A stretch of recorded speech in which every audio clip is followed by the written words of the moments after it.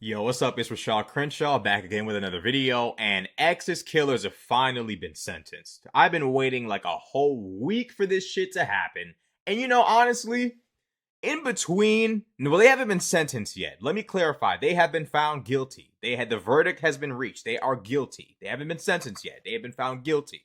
My bad on the damn near fake news. However, what had me a little bit tripped up was the fact that they took a little bit longer to deliberate on whether these guys were truly guilty or not. They asked for extra information like text messages within the hour of the crime and like that. And I started to think to myself, is the jury like getting caught up in the Drake conspiracy theory? Like, because I'm thinking, we know these guys robbed X. We know these guys killed X. What are they waiting for in terms of deciding that these guys are guilty?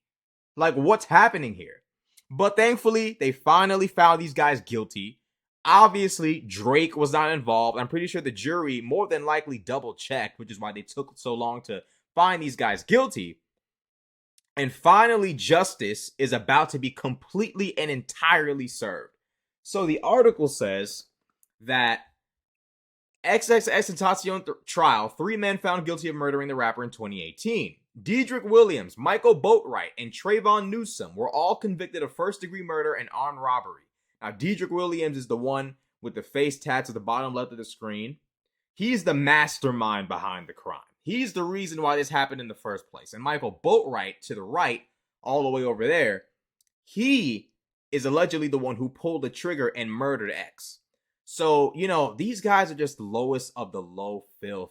Like, I'm glad that they're finally, found guilty. It took too damn long. Like, with the amount of evidence, the fact that we're in 2023 and this is when these guys are being found guilty is insane.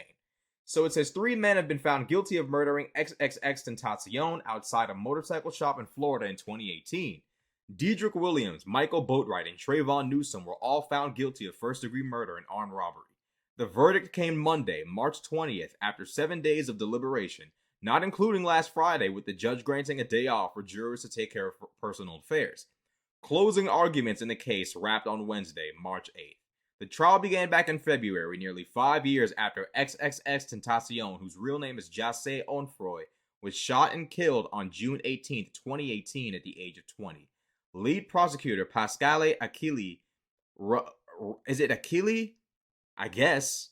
Like, how do you pronunciate that? Whatever. Argued that Onfroy was killed in a robbery gone wrong. She said that the suspects planned to commit armed robberies that day, but only happened upon Onfroy at the motorcycle shop because that's where they stopped to buy masks. Though that encounter was a coincidence, Achille claimed that the suspects recognized Onfroy and decided to rob him as he left the store. Achille claimed the suspects blocked Onfroy's car as he tried to leave the dealership. A struggle ensued as Boatwright and Newsom allegedly wrestled away a bag from Onfroy with $50,000 worth of cash in it. Achille then said Boatwright shot Onfroy several times without provocation. So these guys are just the lowest of the low scum. Scum. And here's what I want to talk about, right? We have glorified exactly what happened to X over and over and over again. We glorify it from the rapper's perspective. See, this time the rapper was the victim. This time the rapper was the victim. But we celebrate niggas doing the exact same shit all the time. We celebrate rappers robbing, killing, talking about robbing, talking about killing. We watch all the DJ Vlad interviews with niggas talking about all the robbing and killing that they did. We watch all the no jumper interviews where niggas talk about all the robbing and killing that they did. It's incredibly funny to me that we will sit there and glorify this lifestyle when rappers do it, when our favorite entertainers do it, but all of a sudden, everybody has this moral awakening and is calling for justice when their favorite rapper gets killed. When Nipsey Hussle's killer got, convicted and sentenced, everybody was celebrating. Everybody was celebrating. So let me get this straight. The street shit is cool until your favorite street rapper gets killed. Then you want the police to step in and sentence somebody. Now you want the judge to hit the gavel up against the table. Now y'all want justice to be served when your favorite rapper gets killed or robbed. Y'all want justice to be served. My issue is the simple fact that we are not consistent with our morals. Me personally, I'm happy to see that these guys have been found guilty and are then going to be sentenced, hopefully, to life in prison. Because murder and armed robbery, that ain't the type of charges you want. if you want to come back out and see the sun again. Those aren't the kind of charges that you want. But we got to be consistent. I'm happy that these guys are going to jail for prison for the rest of their lives. But we got to talk about the absolute, like, this is the same mentality that these rappers are rapping about. Where do you think a lot of these niggas derive their lifestyle and the way that they think from? They derive it from the rap industry. They derive it from the culture that we propagate, bro. Let's just keep it 100. Let's just keep it 100, bro. Like, let's be real. Let's be real.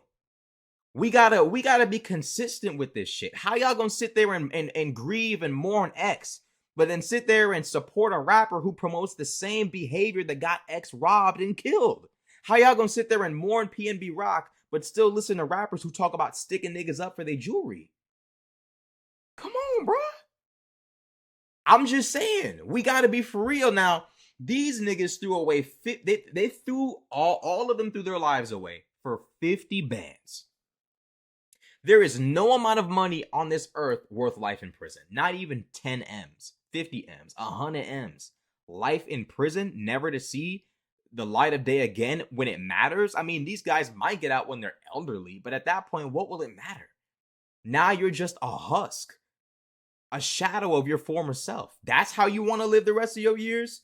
To come out an old man, nobody's picking you up from jail, nobody wants to come see you, everyone's moved on without you. That's what's going to happen to these guys right here. Life is going to go on. Life is going to go on. You threw your life away for 50 bands. Mind you guys, they had to split the money amongst everybody. It was a robbery. They had to split the money amongst everybody. And the dude that snitched on the rest of them got the least amount of money. Figure that. 50 bands and you throw your entire life away. Really? Really? That's what we doing. That's the lifestyle we want to live. With all that hate and all that envy, you want to rob a nigga. You want to rob him. You could have been like, hey, bro, you know, could we, because I know one of them had to have been a rapper or wanted to be a rapper. You know, at least one of these street dudes want to rap. Y'all could have walked up to this nigga and done everything but rob him and kill him. And y'all chose the most destructive, hateful decision that you had in your mind, to rob and kill. And now look at you, doing life in prison, bro. Nobody won. Nobody. X's family didn't win just because these motherfuckers got found guilty. X is still dead. He's still dead. Nobody wins. No victory has been found here. 0. 4 young black men locked up for the rest of their lives, and 1 young black man shot and killed in exchange for absolutely what? In exchange for absolutely nothing. In exchange for nothing. In exchange for literally nothing. 50 bands? How long did it take y'all to spend the split of that 50 bands? Everybody got what, like 15 each? How long did it take y'all to bust that down and just throw it all away? Really, seriously. Now, if y'all have, now I'm not even gonna go into that. 50 bands and you throw your life away. Nobody wins in this situation at all. At all. And the only thing we can really take away from it is this. If you reach the level of fame and success as someone like X, there is nothing wrong with having an entourage of people around you. There is nothing wrong with having 6, 7, 8 dudes around you. I'm telling you right now. There's a reason why the biggest rappers in the game have entourages. It's not by mistake. There's a reason why these niggas all have big camps of people around them. There's a reason why they always got security guards. X should have had security with him. Point blank period. You stepping out the crib, get security, bro. You can't just walk around here, unfortunately, especially when you're a black man. You a white celebrity, you're a white musician, of course you can leave the crib by yourself. You can leave the crib by yourself and go to the bank and do this and do that. Ain't nobody gonna do nothing to you. You a black artist? A black artist? And you want to leave the crib by yourself? Are you crazy? You gotta always stay on the up and up. If you don't have a gun, you need to have security. X had way too much money to not have niggas around him ready to do what needed to be done. And there's nothing wrong with having security, nothing wrong with having an entourage. I hope that people who aspire to be successful rappers learn from this, because there's so many hating ass niggas in our community, bro. Being black is one of the main reasons why being black is a struggle and being black and successful is a struggle is because of other black folk, bro. Facts. I'm not no Uncle Tom. I'm not no conservative trying to shit on black people for white people's acceptance. I'm just spitting the facts. If you are a black man in America, the biggest threat to your life is another black man. And if you're a successful black man in America, that threat goes up times 100. You gotta stay ready. You gotta stay ready, bruh. Niggas ain't learned from the X shit. Unfortunately, you saw what happened to PNB Rock. Going to eat waffles in a dangerous area with all your jewelry on, bro. People are watching you. People might not even be watching you. They might just see you.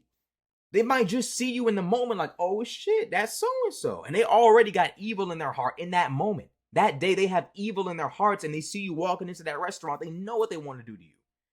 Off top. It's just you and your girl, easy lick.